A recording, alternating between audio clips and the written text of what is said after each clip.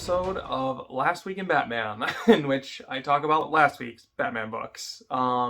If you're watching this video when it's current, provided I get it posted in time, it's going to post literally hours before the next week's Batman books come out.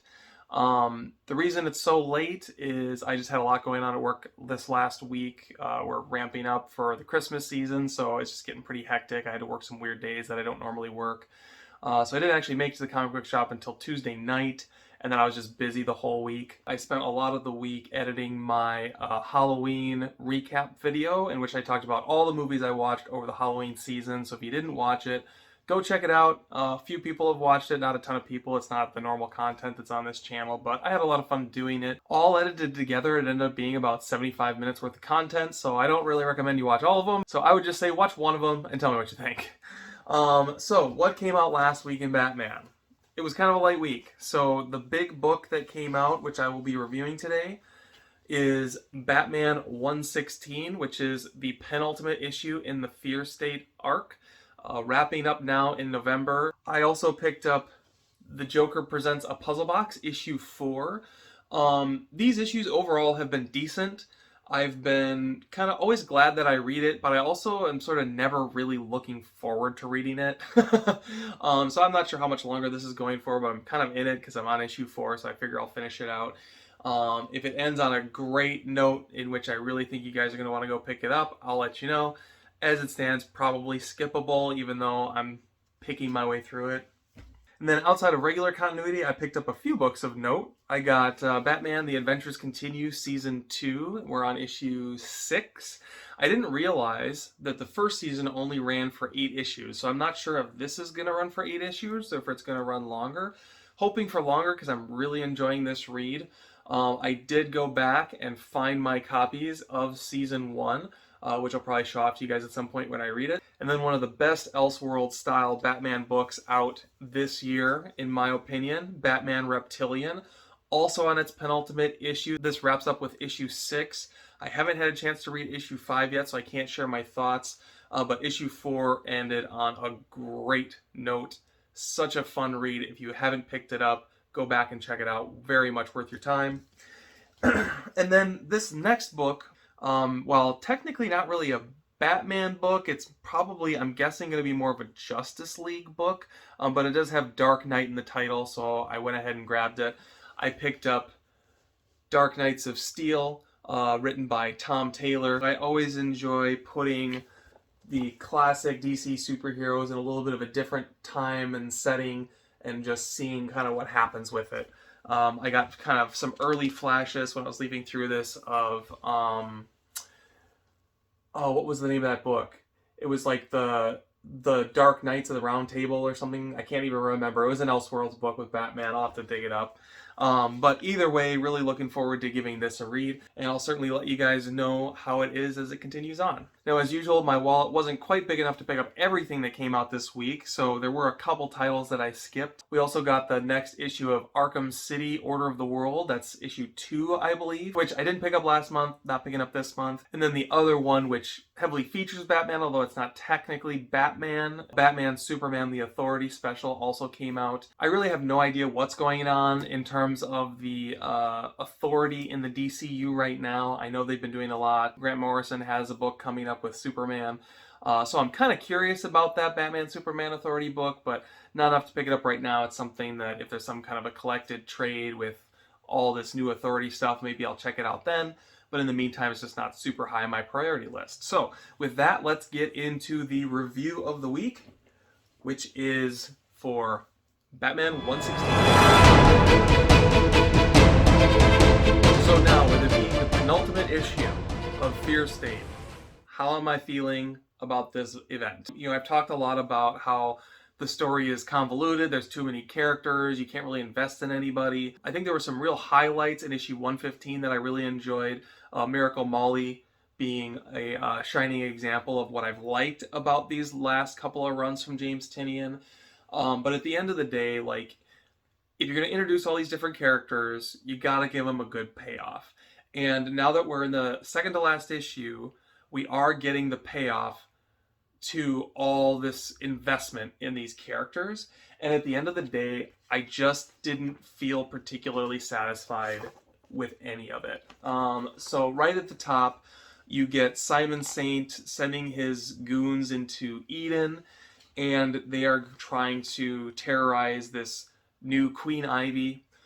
Ghostmaker is there to set the record straight and sort of save the day. Now, the problem with this whole Queen Ivy is basically somewhat of a distraction set up by Scarecrow, is at least my understanding of it. Obviously, there's a lot of different moving plates, and I'm going to have to go back and reread just to make sure I've got all this straight.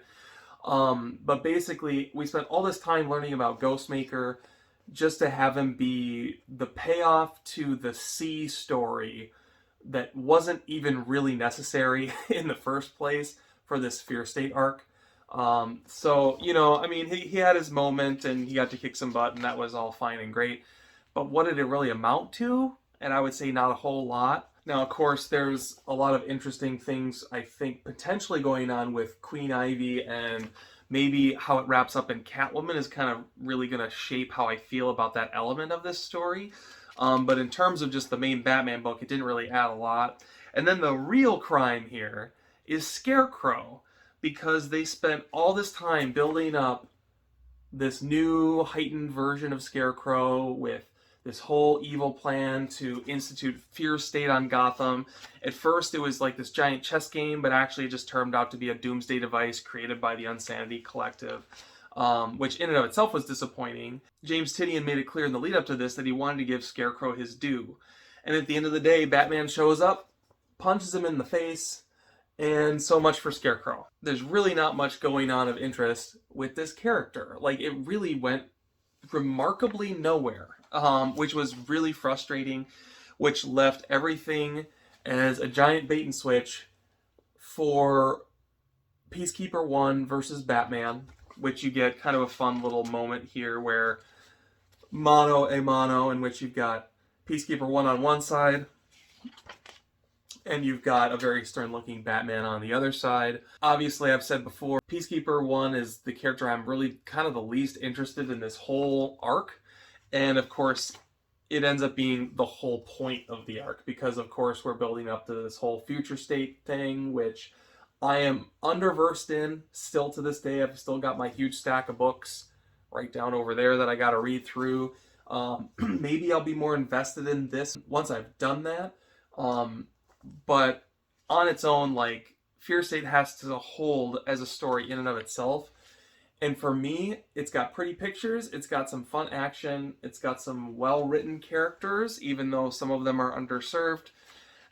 But it is just sorely lacking in narrative, in plot structure, and in a satisfying payoff. Probably the most satisfying moment we got in this is sort of the Queen Ivy, Poison Ivy, and Harley Quinn team up, which all kind of culminates at the very end of the issue. So, yeah, Fear State, definitely a bust. I've been saying it now, feel like a broken record. Excited to get on to new things. Joshua Williamson takes over next month, and he's going to be doing an arc in which Batman's in Europe, is my understanding.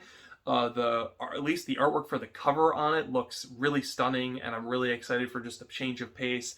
As much as I've enjoyed James Tynion, I'm just ready for a break. And I mean, it doesn't take long for me to be ready for that. Like, in Tynion's defense, like, I was over Scott Snyder, like, pretty much by the time Year Zero was starting. I was pretty, like, sick of Snyder. And, like, it wasn't even that I didn't like it. It's just I wanted a fresh voice and something different. So I'm excited we're going to get that next month.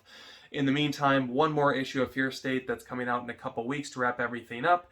And we'll just see how everything turns. Oh wait, and I almost forgot to talk about the backup story, Batgirls. So there's not really going to be a final thoughts this week because there's only one book that I'm reviewing. So we got part 2 of Batgirls in Set It Off. I talked about last month or a couple weeks ago when the last issue dropped to maybe wait to read this arc because of what was going on in, I believe it was Nightwing is where everything kind of went down. So spoilers if you haven't read those issues. The Oracle's clock tower blows up with the Batgirls in it. It's kind of a major moment in Nightwing, and then you get the prelude to it after the fact in an issue of Batman, which was kind of strange. So that moment actually happens in this issue, and so we finally get the payoff of what happens to them. Which, of course, is, by the way, they get away. So, wow. Who'd have thought? But yeah, I mean, nothing really wrong with the story, nothing really special. I think ultimately, the backup story in this exemplifies one of the bigger problems with Fear State, just in terms of its quality as an event. Never mind my issues with, like, the plot and the narrative and all that kind of stuff. You switch Batman to being twice monthly, and so you burned through 6 issues of Batman Fear State. All the other titles are on these 3-issue arcs supporting the Fear State story. But all of those arcs are playing out really in the first couple of issues, like the opening salvo of what is the Fear State event.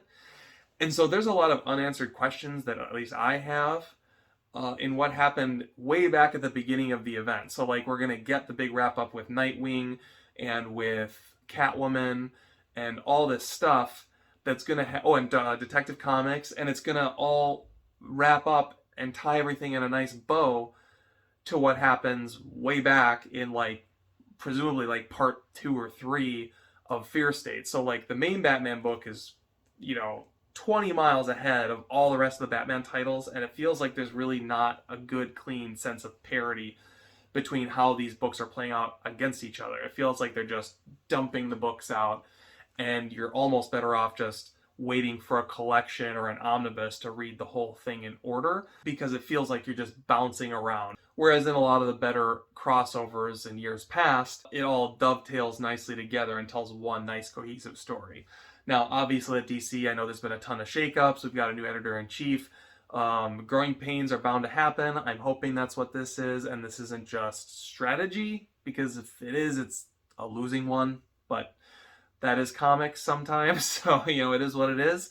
Part of the fun of reading Batman month to month is sometimes it's good, sometimes it's bad. You never know what you're going to get. Hopefully good, and hopefully very good. Hopefully you get that wonderful reinvention like Batman 608, or Batman 232, or, those seminal moments. You crave those. And there's always going to be a Fear State in there.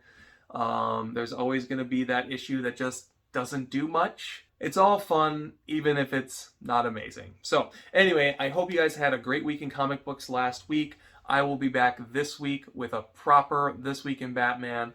Not a whole lot of books this coming week, I don't think, but obviously that'll be a topic for a future video. Hope you guys have a good evening, and I'll see you guys very soon with This Week in Batman.